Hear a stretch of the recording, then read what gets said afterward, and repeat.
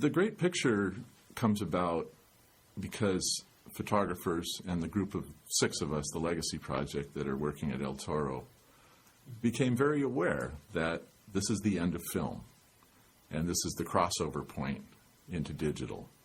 So in a sense, the great picture was created as a giant tombstone at the end of 165 years of film chemistry photography. So we make the biggest black and white photograph ever made, and then we can all just move on into pixels.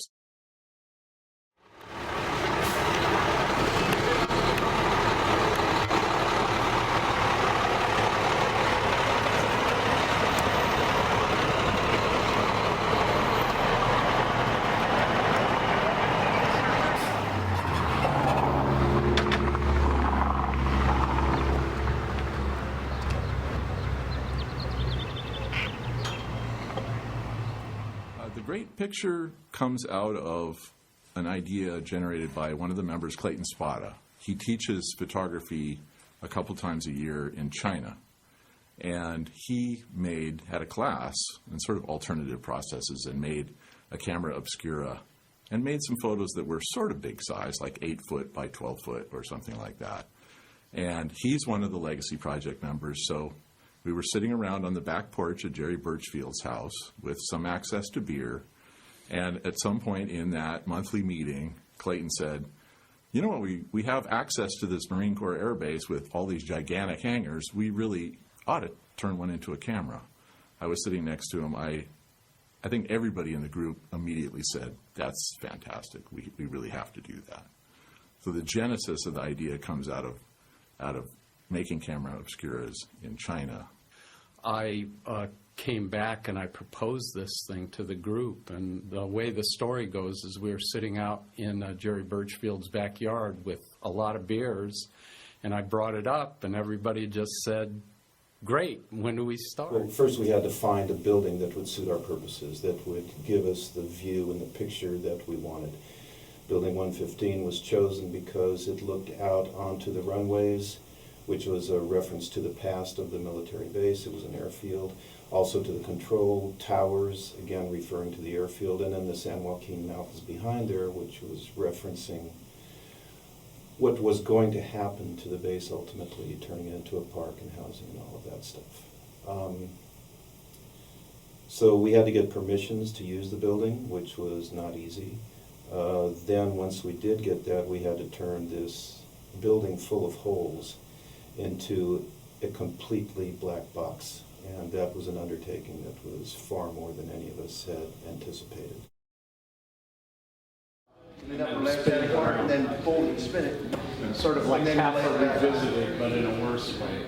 Yeah. In a tighter space. Right, but then we got to, in a tighter space. Now we're trying to set it up in a way that you can actually spool it off of this into that space. So we have some plastic downstairs. So we immediately thought of some sort of cloth to be able to apply emulsion to. The difficulty was in finding a piece of cloth large enough that didn't have a seam in it. And so we ended up having to order the piece of cloth that we used from Germany because that was the only place where we could get one that big without a seam. The key element was to do us in a single exposure with a non-stitched photograph, capture basically a single contiguous gelatin silver image with one exposure to make it really, really, in fact, the biggest, because there's a lot of biggest out there, but they have to stitch it together. So that was the main challenge. And then the discussion turned to how to coat the cloth, how to size the cloth, how do you get the emulsion on there, and there were all sorts of back and forths about that, and ultimately in the end we ended up with multiple teams going backwards on your hands and knees, hand painting liquid light onto the cloth. And the liquid light, of course, had to stay, I think, around 120 degrees or it would start to congeal. So inside the building, all sealed up with only safe lights and Coleman camp stoves heating the emulsion up.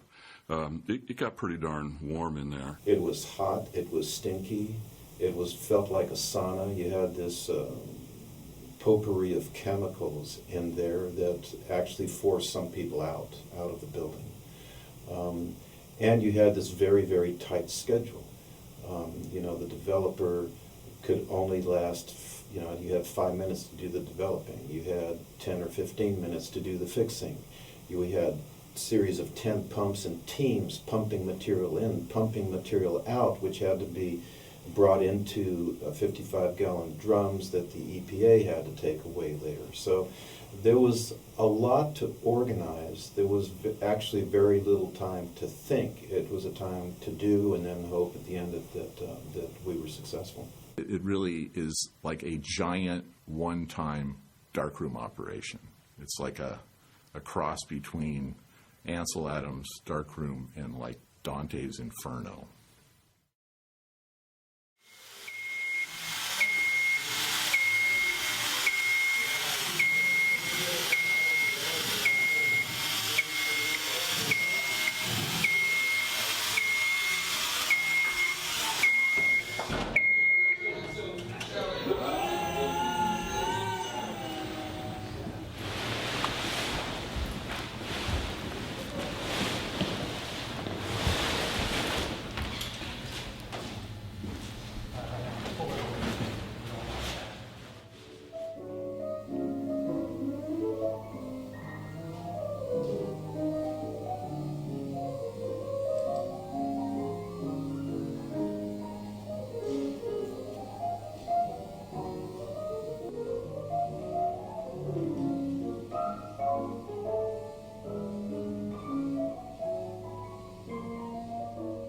Personal roles, we all did whatever needed to be done, and there were very strict timetables. We all had jobs. Most of us spent something like 12 to 16 hours a day there. Time of conception of the idea to the time of actual execution took a little over 9 months. It took us 2 months, a little over 2 months, to make the hangar actually a camera. In that period of time, we were less artists and more construction people, politicians. We were trying to raise some funding for it, pull in volunteers, sponsors. So very early on, we started to get pretty broad attention in the press, and before having done anything. So that terrified us right there, because we only had one shot. There's no, you can't just pull the film advance lever, advance it, or change a sheet of film. There's no reload. This is a one-shot deal.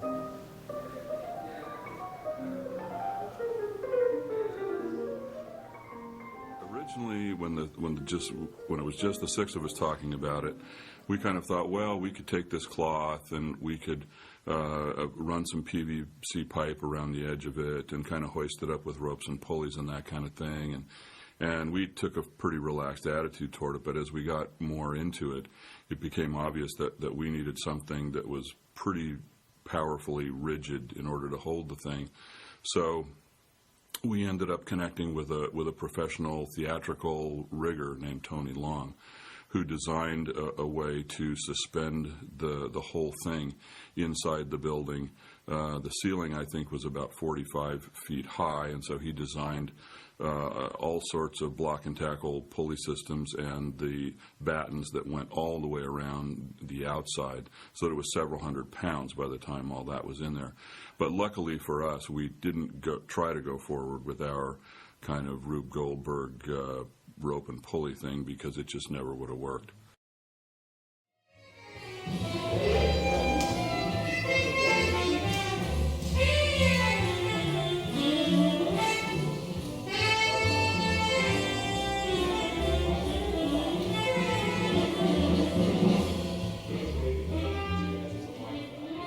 The way pinhole cameras work is that the smaller that pinhole, the sharper the image.